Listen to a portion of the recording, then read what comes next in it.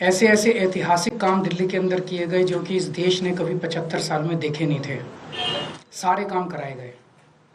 जब उनके सारे षड्यंत्र फेल हो गए तो उन्होंने फिर एक एक करके दिल्ली के आम आदमी पार्टी के सीनियर नेताओं को, मंत्रियों को, कैबिनेट मिनिस्टर्स को जेल भेजना चालू किया। उन्होंने सत्येंद्र जैन को जेल भेजा, मनीष सिसोदिया को जेल भेजा, संजय सिंह को जेल भेजा, मुझे जेल भेजा, सब लोगों को उन्होंने जेल भेजना चालू किया।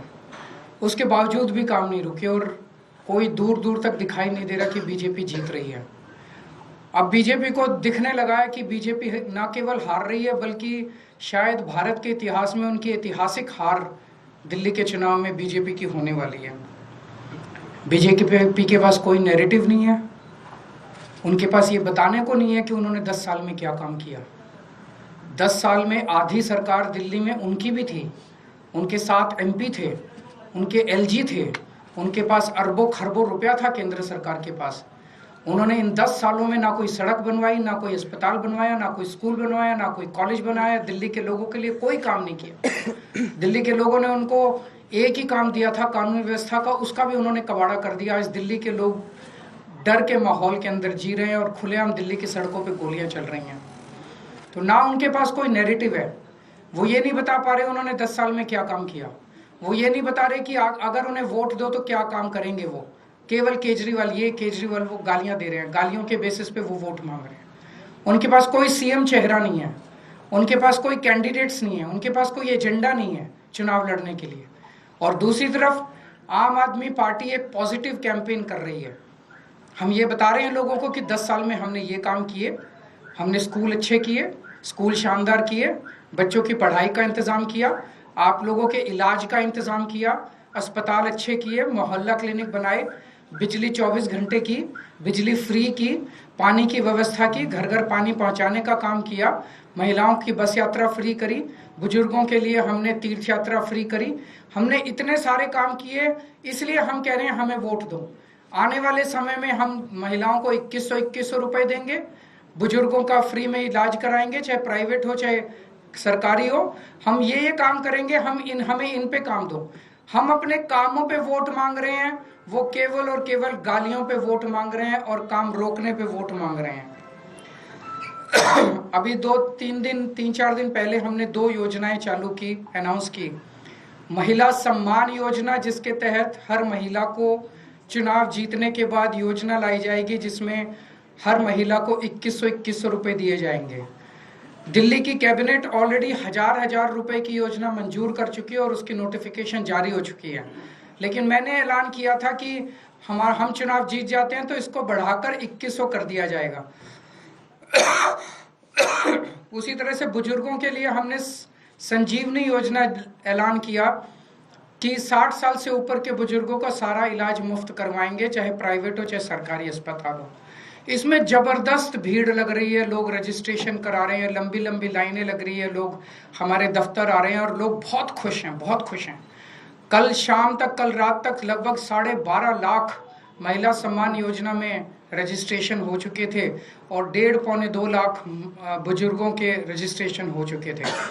इस सब से बीजेपी बुरी तरह से बौखला गई है। और अभी 3 या 4 दिन पहले हमें अपने सूत्रों से पता चला है कि ईडी, सीबीआई और इनकम टैक्स तीनों एजेंसीज की मीटिंग हुई है और उस मीटिंग में ऊपर से आदेश आए हैं कि कुछ भी फर्जी केस करके दिल्ली की सीएम आतिशी जी को गिरफ्तार किया जाए। ये मैं पूरी जिम्मेदारी के साथ आज बहुत बड़ा आरोप लगा रहा हूं कि इन तीनों एजेंसीज को ऊपर से कहा गया है कि दिल्ली की सीएम आतिशी जी को कोई भी फर्जी केस बनाकर गिरफ्तार किया जाए। उन्हें यह भी कहा गया है कि उसके पहले, गिरफ्तारी के पहले, आम आदमी पार्टी के सभी सीनियर लीडर्स पर आने वाले दिनों में रेड होगी।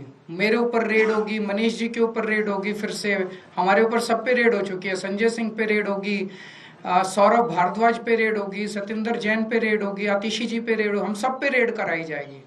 और उनका मकसद है कि किसी भी तरह से हमें चुनावी तैयारियां जो हम कर रहे हैं, प्रचार कर रहे हैं, उससे डिस्ट्रैक्ट करना ताकि हमारा दिमाग दूसरी चीजों में उलझा रहे। ऐसा भी सुनने में आया, सूत्रों से पता चला है कि ट्रांसपोर्ट विभाग में कोई फर्जी केस तैयार किया जा रहा है आतिशी जी के खिलाफ। और इनका पूरा मकसद है कि ये किसी भी तरह से महिलाओं की फ्री बस योजना जो है वो रोकना चाहते हैं, वो बंद करवाना चाहते हैं ये लोग। तो ट्रांसपोर्ट विभाग में कोई फर्जी केस आतिशी जी के खिलाफ तैयार किया जा रहा है। हमें पूरा यकीन है कि लोग इस गंदे षड्यंत्र का जो पिछले कई सालों से साजिशें रच रहे हैं, झूठे केसों में फंसा फंसा के हम लोगों को जेल में डाल रहे हैं, लोग इसका जवाब देंगे। इस देश की जनता इस किस्म की राजनीति पसंद नहीं करती। आप अपने काम पे वोट मांगिए। आप ये बताइए कि 10 साल में आपने दिल्ली में क्या काम किए, आने वाले समय में आप क्या काम करेंगे। केवल जेल डालने से, गालियां देने से इस तरह से जनता वोट नहीं देती। मैं आतिशी जी से कहूंगा कि 2 शब्द कहें।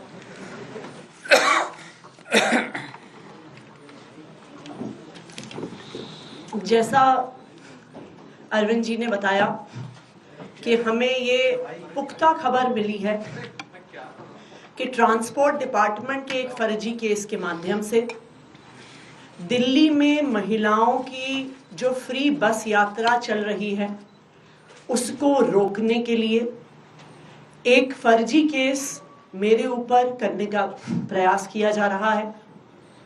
लेकिन हमने आज तक हमेशा ईमानदारी से काम किया है और ईमानदारी से काम करेंगे, और इसलिए मुझे पूरा भरोसा है कि अगर इनकी एजेंसियां मुझ पे झूठा केस करती हैं, मुझे गिरफ्तार करती हैं, आखिरकार सच्चाई सामने आएगी।